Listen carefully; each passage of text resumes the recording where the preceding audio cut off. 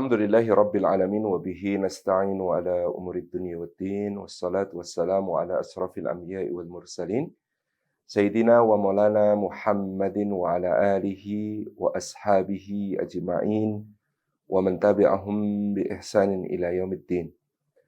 Asyhadu an la ilaha illallah al-malikul haqqul mubin wa asyhadu anna Muhammadan abduhu wa rasuluh shadiqul wa'dil amin.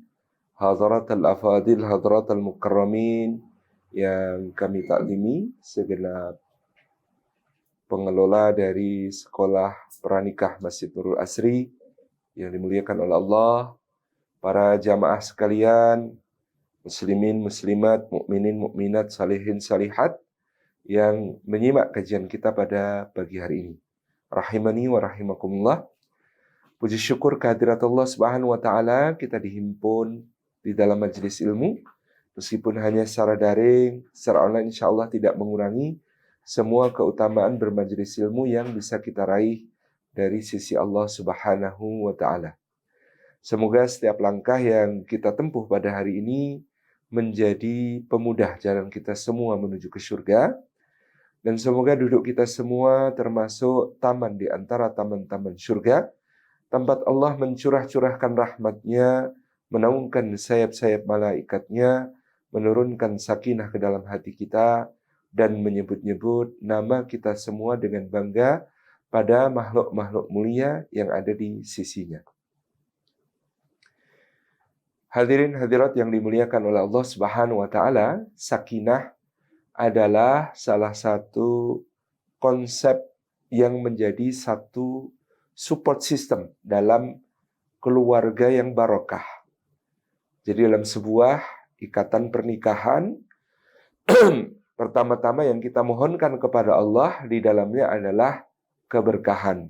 Seperti doa yang diajarkan oleh Rasulullah Sallallahu Alaihi Wasallam kepada Sayyidina Uqail bin Abi Thalib, kemudian diajarkan kepada para sahabat yang lain tentang bagaimana mendoakan mempelai. Ketika orang-orang mendoakan birrafa'i wal banin, semoga bahagia dan banyak anak, maka Uqail bin Abi Thalib meluruskan agar mereka mendoakan dengan doa barakah.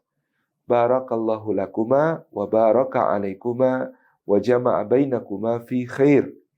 Semoga Allah memberikan berkah kepadamu, yakni dalam perkara-perkara yang berupa nikmat, yang membahagiakan, yang menyenangkan, yang berupa meraih sesuatu, mendapatkan sesuatu, kelapangan, kekayaan, ya, dan semua yang berupa nikmat-nikmat.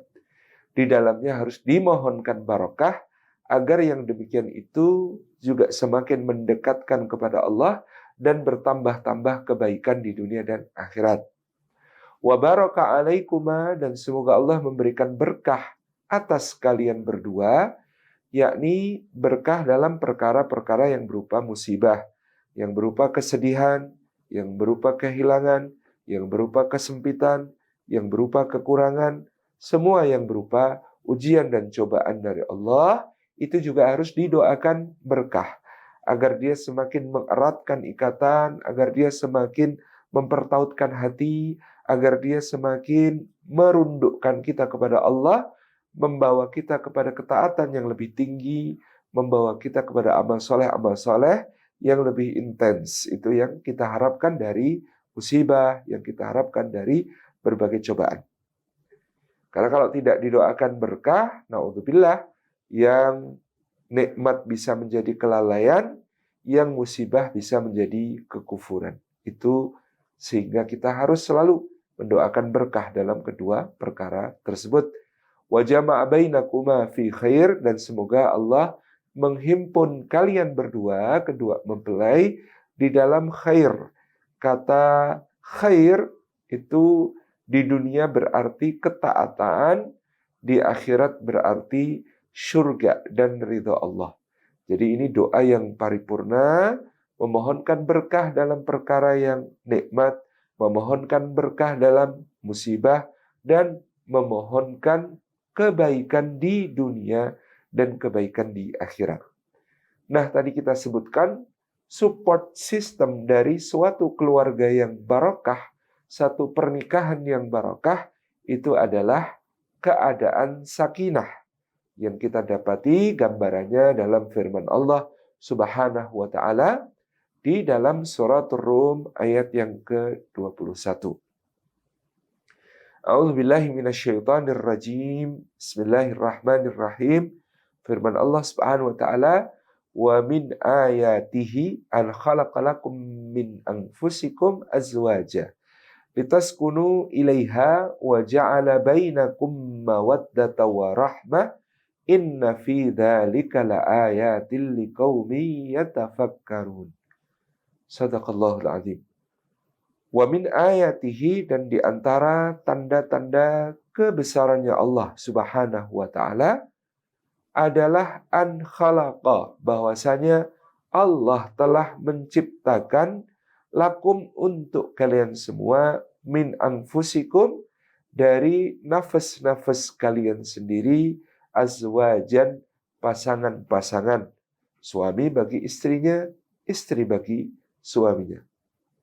Litaskunu ilaiha, supaya kalian merasakan sakinah dengan kehadiran pasangan kalian tersebut. Wa ja'ala bainakum, dan Allah menjadikan di antara kalian mawaddatan, cinta yang bergelora, wa rahmatan, dan cinta kasih sayang yang hanya memberi tak harap kembali, bagai sang surya dari dunia, itu ya istilahnya.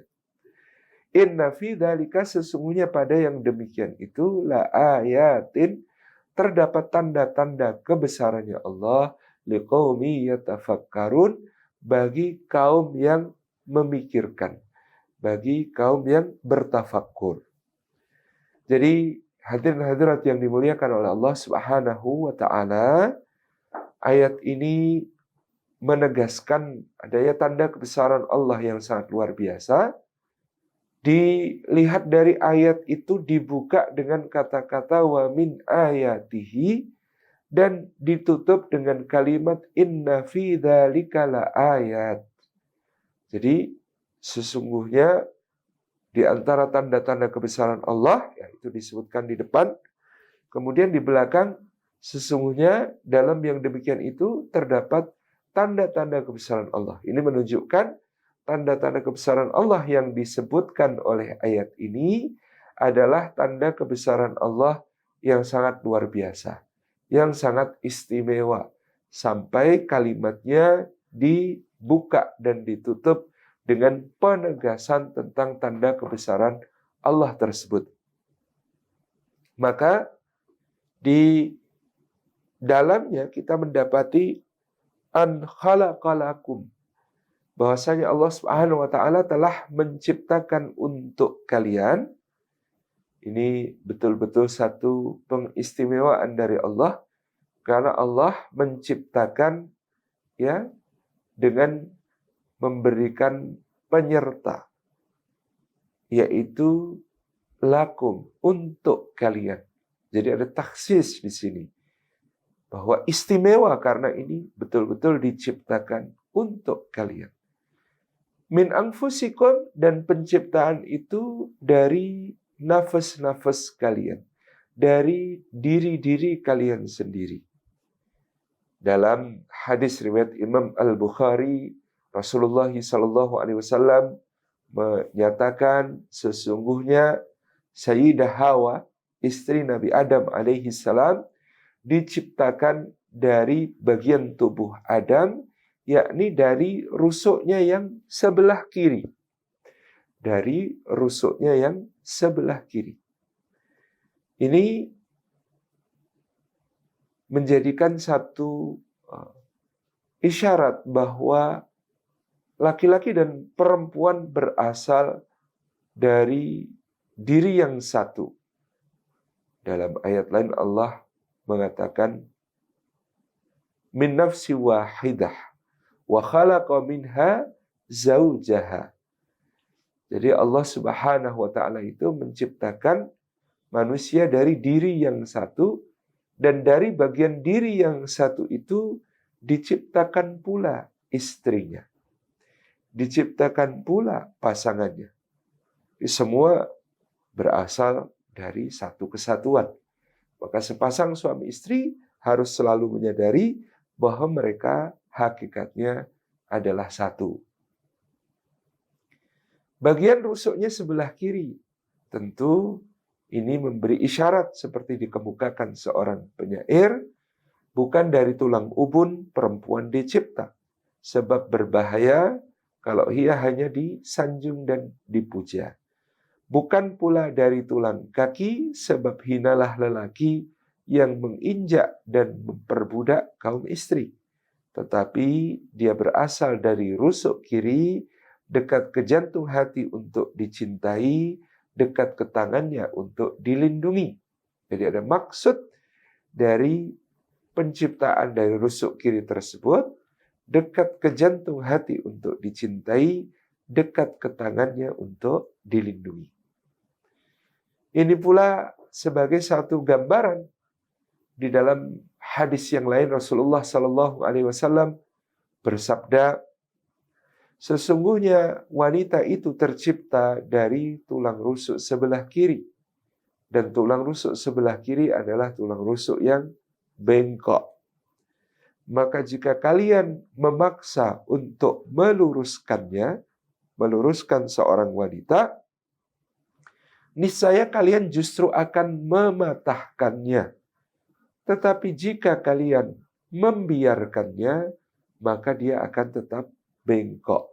Ini isyarat dari Nabi Shallallahu Alaihi Wasallam agar seorang suami, seorang lelaki memperlakukan istrinya dengan sebaik-baiknya, meluruskan tanpa mematahkan. Ya, tidak mematahkan tapi juga tidak membiarkan dia tetap bengkok. Dan sebaik-baik teladan adalah Rasulullah Muhammad sallallahu alaihi wa alihi wasallam. Dalam satu riwayat yang terkenal dari ibunda kita Aisyah radhiyallahu anha, juga dari ibunda kita Ummu Salamah radhiyallahu anha, dikisahkan bahwa pada suatu hari datang beberapa tamu berjumpa dengan Rasulullah sallallahu alaihi wasallam, dan Nabi sallallahu alaihi wasallam pun menerima mereka di beranda rumah ibunda kita Aisyah radhiyallahu anha. Di rumah ibunda kita Aisyah itu, para tamu ini disambut oleh Rasulullah SAW, diajak berbincang, bercakap-cakap dengan sangat akrab. Setelah berlalu beberapa jenak, ibunda kita Ummu Salamah yang rumahnya ada di seberang rumah ibunda kita Aisyah, melihat bahwa para tamu ini belum disuguhi hidangan makanan apapun. Maka ibunda kita Ummu Salamah berinisiatif. Beliau memasak makanan dan hidangan untuk disajikan kepada para tamu tersebut, lalu menyuruh jariyahnya seorang pelayan perempuan untuk mengantarkannya kepada Rasulullah dan para tamu di rumah ibunda kita Aisyah. Dibawalah hidangan itu, diserahkan kepada Nabi SAW. Nabi SAW merasa gembira, mengucapkan syukur dan terima kasih, dan mendoakan kebaikan untuk Ummu Salamah radhiyallahu anha dan juga jariyahnya. Lalu beliau letakkan hidangan itu di hadapan para tamu, dan beliau pun bersabda, tafadhalu kulu, silahkan dimakan. Kemudian mereka para tamu pun mulai mengulurkan tangannya untuk mengambil hidangan yang ada di piring. Tepat pada saat itu, ibunda kita Aisyah radhiyallahu anha keluar dari dalam biliknya. Beliau merasa kedaulatannya telah dilanggar, karena ini adalah rumah beliau dan tamu-tamu itu ditemui Rasulullah di rumah beliau. Batin beliau, ya, siapa yang mengizinkan orang lain untuk mempersiapkan hidangan? Siapa yang mengizinkan orang lain untuk menyuguhkan hidangan? Kenapa tidak melalui beliau sebagai pemilik rumah? Ini tentu perasaan yang sangat manusiawi, Lebih-lebih beliau kemudian cemburu karena ibunda kita Ummu Salamah dan jariyahnya mendapatkan doa-doa kebaikan yang begitu deras dari Rasulullah Shallallahu Alaihi Wasallam. Maka ibunda kita Aisyah segera mendekati piring yang sedang berisi hidangan dan hendak diambil hidangannya oleh para tamu tersebut. Beliau pun ya dalam kemarahan karena rasa cemburu itu menempeleng piring itu sehingga piring itu pecah berantakan dan hidangannya pun berhamburan. Setelah itu beliau pun langsung masuk ke dalam biliknya kembali. Di sini kita melihat bagaimana Rasulullah SAW tidak mematahkan ibunda kita Aisyah, tidak mematahkan hati beliau. Kalau misalnya ketika Aisyah membanting piring, ya sampai hidangannya berhamburan dan piringnya pecah tersebut, kok lalu Rasulullah SAW berdiri, berkaca pinggang, marah-marah gitu ya kepada istri beliau sendiri, maka tentu ibunda kita Aisyah radhiyallahu anha akan merasa sakit hati, patah hati, merasa kehormatannya dijatuhkan di hadapan para tamu. Tapi tentu yang demikian ini seharusnya tidak pernah boleh dilakukan oleh seorang laki-laki. Karena apa? Karena dirinya dan istrinya tadi adalah satu. Dalam bahasa Al-Quranul Karim, ketika aku dan kamu menjadi kita, maka hunna libasul lakum wa antum libasul lahun. Istri-istrimu adalah pakaian bagimu dan kamu adalah pakaian bagi mereka. Ini kata Allah di dalam suratul Baqarah ayat ke-187. Jadi mereka adalah pakaian bagimu, kamu adalah pakaian bagi mereka. Sifatnya pakaian itu yang pertama adalah untuk melindungi dari gangguan dari luar, dari serangga, dari binatang yang berbisa, dari gigitan, dari panas, dari hujan, dari cuaca, dari dingin, ya, dari berbagai hal yang ada di luar. Fungsi pakaian. Maka pasangan suami istri harus seperti pakaian, saling melindungi dari bahaya, saling menjaga dari kemadaratan. Kalau suami istri sudah saling membahayakan, sudah saling menyakiti, tentu ini sudah keluar dari makna hunna libasul lakum wa antum libasul lahum. Yang kedua, fungsi pakaian itu adalah untuk menutup aurat, menutup aib, menutup yang tidak pantas dilihat oleh orang lain. Ya, maka suami istri pun harus saling menutupi aib, menutupi aurat, jangan sampai kemudian justru membongkar-bongkar aib pasangan. Kalau suami istri sudah saling membongkar aib pasangannya, maka yang demikian itu sudah keluar dari mana hunna libasul lakum wa antum libasul lahun. Yang ketiga, fungsi pakaian itu adalah untuk memperindah, mempercantik sebagai perhiasan. Maka suami istri pun harus saling memperindah, saling mempercantik, saling menjadi perhiasan bagi yang lainnya. Kalau suami istri saling memperjelek, saling memperkotor, saling memperolok, ini tentu sudah tidak dalam makna hunna libasul lakum wa antum libasul lahun. Rasulullah SAW mencontohkan bahwa kehormatan istrinya adalah kehormatan beliau pula. Maka beliau tidak berdiri berkaca pinggang, apalagi mengatakan dasar istri nggak tahu diri. Ya, kalau istrinya nggak tahu diri, suaminya tentu serupa, gitu ya. Itu yang kemudian harus dijaga dan dipelihara. Nabi SAW hanya memaparkan fakta dan memohon maaf kepada para tamu dengan penuh kesopanan. Beliau mengatakan, ya, wal afu gharat ummukum. Mohon maaf ibu kalian sedang cemburu. Maka beliau kemudian turun mengambil pecahan-pecahan piring yang berserakan, menyatukan kembali di tangannya, kemudian mengambil hidangan-hidangan yang berhamburan, yang kotor dibersihkan dengan ujung baju beliau, diletakkan di atas piring, kemudian disajikan lagi kepada para tamu, dan beliau bersabda, Kulu wal afu gharat ummukum. Silahkan dimakan, mohon maaf ya, ibu kalian tadi sedang cemburu saja. Jadi kita bisa melihat di sini betapa bijaksananya Rasulullah Sallallahu Alaihi Wasallam. Tidak ada yang ditutupi, tidak ada yang disangkal. Beliau jujur menyampaikan apa adanya, tapi tidak ada yang disakiti dan tidak ada yang dijatuhkan kehormatannya. Maka demikian pun ibunda kita Aisyah setelah melakukan hal yang kasar. Ya. Kita ini kalau melakukan hal yang kasar kepada orang yang kita cintai, misalnya kita nyubit anak atau bentak ya, istri atau bentak suami, itu tidak lama kemudian pasti akan menyesal gitu ya. Dan di antara orang yang menyesal ada yang kemudian segera minta maaf. Tapi ada pula orang yang menyesal, dia gengsi untuk minta maaf. Nah, ibunda kita Aisyah tidak gengsi. Beliau keluar mendekat kepada Nabi SAW dan para tamu yang sedang menikmati hidangan, kemudian mengatakan kepada Nabi SAW, maaf, terus gimana? Nah, ini adalah pertanyaan ibunda kita Aisyah, lalu bagaimana? Maka Rasulullah SAW menjawab dengan kalimat yang sangat bijaksana. Beliau menatap ibunda kita Aisyah dengan penuh cinta dan bersabda, piring diganti piring, makanan diganti makanan. Jadi Rasulullah mengatakan, piring diganti piring, makanan diganti makanan.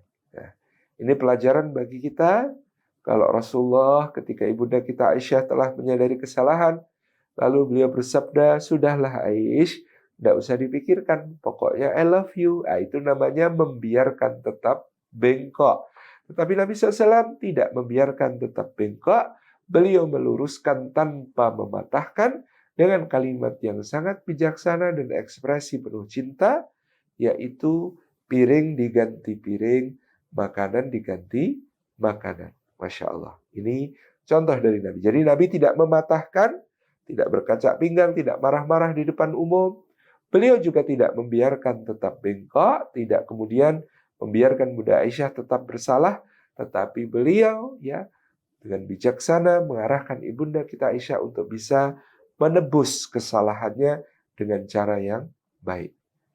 Ini dari kata min anfusikum yang artinya dari diri-diri, dari nafas-nafas kalian. Demikian pula sebagian mufassir mengatakan min anfusikum artinya dari jiwa-jiwa kalian. Jiwa-jiwa kalian itu artinya hubungan suami dan istri adalah hubungan jiwa, bukan sekedar hubungan raga. Maka Islam menekankan kesejiwaan. Ya, menekankan satu kesekufuan di dalam iman dan agama bagi pasangan yang hendak menikah. Al-arwahu junudum mujannadah. Ma ta'arafa minha talafa wa ma tanakara minha talafa. Ruh-ruh itu seperti pasukan yang berbaris dalam kesatuan-kesatuan. Yang saling mengenal pasti akan langsung bertaut. Adapun yang tidak saling kenal niscaya akan saling berselisih satu sama lain. Ya, jadi ruh itu seperti pasukan. Pasukan itu tentara. Dalam kesatuan-kesatuan berarti dia ada satu keadaan yang mengenalkan satu sama lain, yaitu dengan kode, dengan sandi. Nah, jiwa-jiwa juga sedemikian. Itu apakah kode sandi di antara jiwa-jiwa, ruh-ruh satu sama lain, yaitu imannya. Maka bagi laki-laki yang hendak menikah, Rasulullah SAW bersabda, ya, tungkahul mar'ah li arba. Wanita memang dinikahi karena 4 perkara. Li jamaliha, karena kecantikannya, wali nasabiha, dan karena keturunannya, wali maliha, dan karena kekayaannya, wali diniha, dan karena agamanya. Fadfar atau fakhtar bidzatid din taribat yadak. Pilihlah olehmu, saran Nabi SAW, pilihlah olehmu perempuan yang memiliki agama, niscaya kamu akan beruntung. Jadi rekomendasi Nabi SAW adalah pertimbangan utama dalam soal din, dalam soal iman, dalam soal agama. Demikian pula kepada para wali perempuan yang didatangi oleh laki-laki yang saleh untuk melamar putrinya atau anak perempuan yang ada dalam perwaliannya, Nabi SAW memberi pesan, apabila datang kepadamu seorang yang kamu ridhai agama dan akhlaknya, kamu ridhoi agama dan akhlaknya, maka nikahkanlah dia dengan putrimu, dengan anak perempuan yang ada dalam perwalianmu, sebab jika itu tidak kamu lakukan, bisa menimbulkan fitnah di muka bumi. Ini pesan kepada para wali, pada orang tua pihak perempuan, agar yang namanya agama dan akhlak juga bisa menjadi pertimbangan utama dari seorang calon mempelai pria.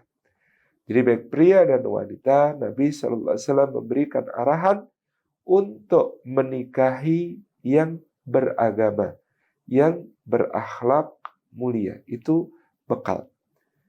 Pada Imam Hasan Al-Basri, seorang bapak bertanya, dengan siapakah aku nikahkan putriku, wahai imamnya Basrah? Al-Imam Hasan Al-Basri menjawab, nikahkanlah dengan lelaki yang bertakwa. Karena lelaki bertakwa itu, kalau dia mencintai putrimu, dia akan memuliakannya.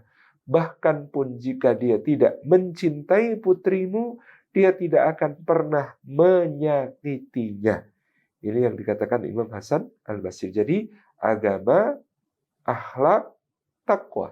Ini adalah ukuran yang paling penting bagi kita untuk mempertimbangkan calonnya.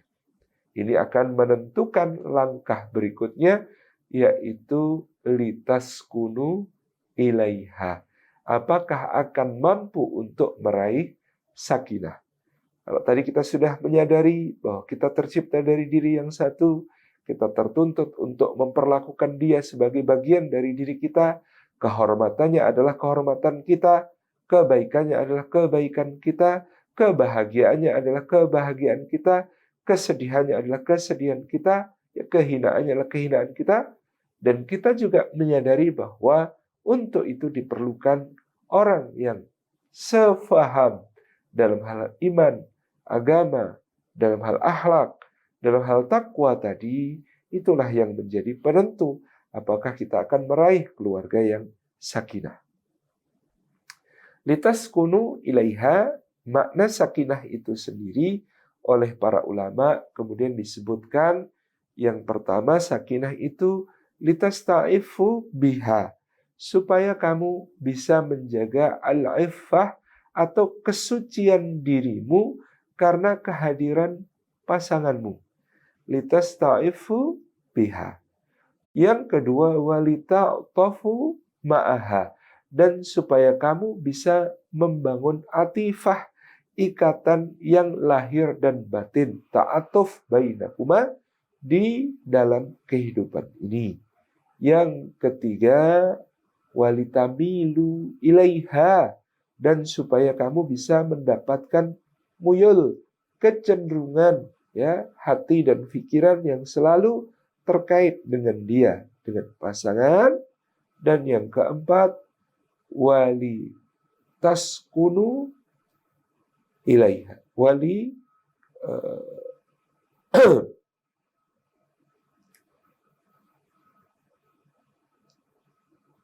taskunu ilaiha, dan supaya kamu bisa mendapatkan, atau walitatma'innu biha, supaya kalian mendapatkan itminan, tumakninah, ketentraman, ketenangan lahir dan batin dengan kehadiran pasangan kalian itu.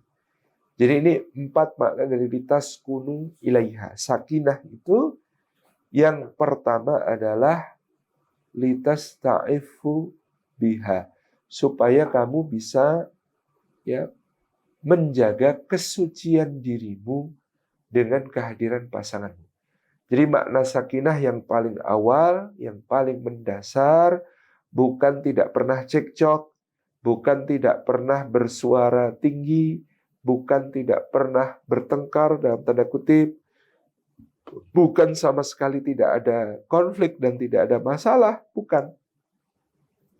Pertama-tama makna sakinah adalah kehadiran istri bisa menjaga suaminya dari terjatuh ke dalam dosa-dosa. Kehadiran istri bisa mencegah suaminya dari perbuatan-perbuatan keji. Dan sebaliknya kehadiran suami bisa menjaga kehormatan istrinya, bisa mencegah istrinya dari hal-hal yang Allah Subhanahu wa taala murkai. Ini perkara yang paling pokok, perkara yang paling mendasar dari makna sakinah, yaitu terjaga kesucian masing-masing. Dalam kehidupan di dunia barat, misalnya hari ini ada dikenal pernikahan sebagai status legal formal saja untuk nanti bisa berbagi harta dan pendapatan, hak-hak properti dan lain sebagainya. Tapi misalnya lalu ada pasangan suami istri tidak pernah cekcok, selalu kompak, kemana-mana gandengan tangan, hidupnya selalu senyum-senyum, terekspos oleh media, begitu akrab, begitu mesra. Tapi ternyata dalam kehidupan pribadi mereka punya kesepakatan, suaminya berkata, ya kita nikah cuma simbol, status. Adapun kalau having fun, mama boleh sama siapapun, aku juga boleh sama siapapun. Having fun-nya bebas gitu ya. Itu yang kemudian menjadi satu kerusakan nilai. Ya. Jadi ikatan pernikahannya hanya legal formal, tapi having fun-nya dengan yang di luar yang mereka sepakati, bahkan saling dukung satu sama lain. Ini meskipun tidak pernah bertengkar, tidak pernah cekcok, tidak pernah berkonflik, tidak pernah bersuara tinggi di kehidupan rumah tangganya, yang seperti ini tidak disebut sakinah sama sekali. Jadi sakinah itu bukan yang sedemikian itu. Sakinah itu pertama-tama suami dan istri saling menjaga kehormatan dan kesuciannya dengan ikatan pernikahan tersebut. Yang kedua, lita tofu ma'aha, sakinah itu maknanya membangun atifah atau ikatan lahir batin dengan pasangannya. Seperti kalimat tauhid, la ilaha illallah. La ilaha illallah. La ilaha, tidak ada ilah, sesembahan yang berhak diibadahi. Ini namanya an-nafyu, ya, menafikan segala sesuatu selain dari Allah Subhanahu wa taala.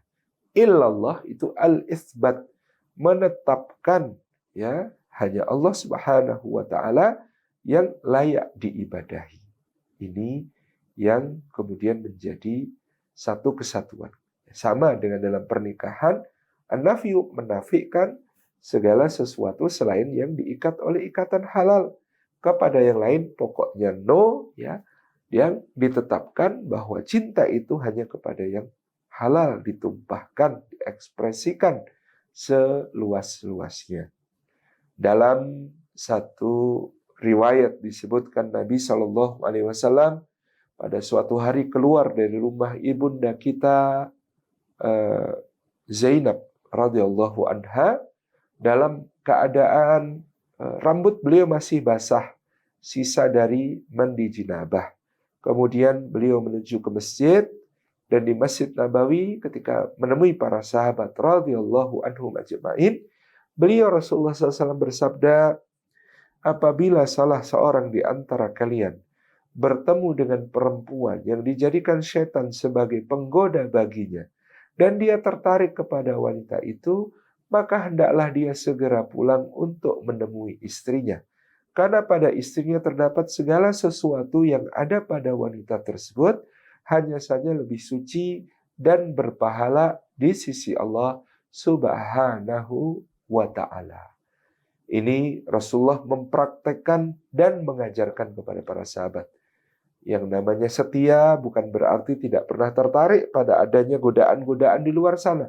Tetapi setia itu dia tahu ketika dia tertarik pada adanya godaan di luar sana, dia segera berpaling kepada yang halal, dia segera menuju kepada yang halal, dia segera menjumpai istri yang diikat oleh ikatan suci dengan asma Allah Subhanahu wa taala dengan dirinya.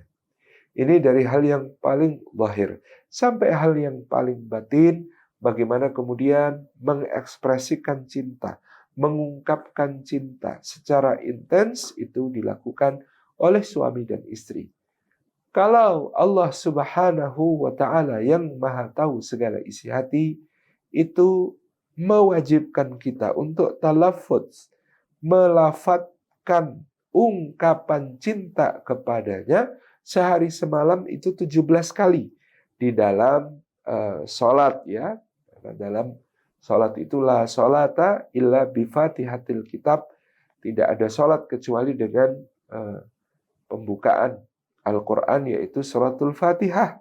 Dalam suratul Fatihah itu Bismillahirrahmanirrahim, ma'rifatullah, mengenal Allah. Alhamdulillahi Rabbil Alamin, mahabbatullah, cinta kepada Allah. Ar-Rahmanir-Rahim, Ar-Raja, harapan kepada Allah. Malik Yaumiddin, Al-Khauf, takut kepada Allah. Jadi ini kelengkapan iman kita sebagai orang mukmin, mengenal Allah, mencintai Allah, berharap pada Allah, takut kepada Allah. Jadi yang kedua tadi, ya, alhamdulillahirabbil alamin adalah ungkapan cinta. Maka ternyata Allah yang Maha Tahu isi hati itu meminta kita untuk mengungkapkan cinta kita kepadanya sehari semalam 17 kali paling tidak. Maka tentu lebih-lebih kepada istri kita, suami kita yang tidak tahu isi hati, yang tidak bisa menebak-nebak apa yang ada dalam dada, maka kepada mereka mengungkapkan cinta setiap hari dalam berbagai bentuk, baik verbal dengan kata-kata, maupun non-verbal dengan perhatian, dengan hadiah, dengan kesediaan mendengarkan, ya, dengan memijiti ketika dia capek, dan lain sebagainya. Ini adalah sesuatu yang sangat diperlukan. Yang ketiga, litamilu ilaiha, supaya memiliki muyul kecenderungan. Karena aku dan kamu sudah menjadi kita. Karena itu, kalau dulu sebelum menikah ada kuliner enak, ya, yang ditawarkan, sudah direview, bagus, ya, di akun kulineran, kita bergegas menuju ke tempat itu, makan di situ sepuasnya, bayar. Ya, itu kalau sebelum menikah. Kalau sesudah menikah, lihat makanan saja. Yang terfikir pertama-tama adalah yang di rumah makan apa ya, gitu ya. Jadi kalau belum menikah, ya makan apa aja bebas kemana-mana, tinggal beli dan belanja. Tetapi kalau sudah menikah, yang di rumah makan apa. Ibu-ibu itu biasanya lebih kuat perasaan semacam ini, sehingga biasanya snack pengajian, snack arisan, itu dibawa pulang ya. Meskipun hanya ala kadarnya, tapi dibawa pulang untuk dinikmati bersama keluarga.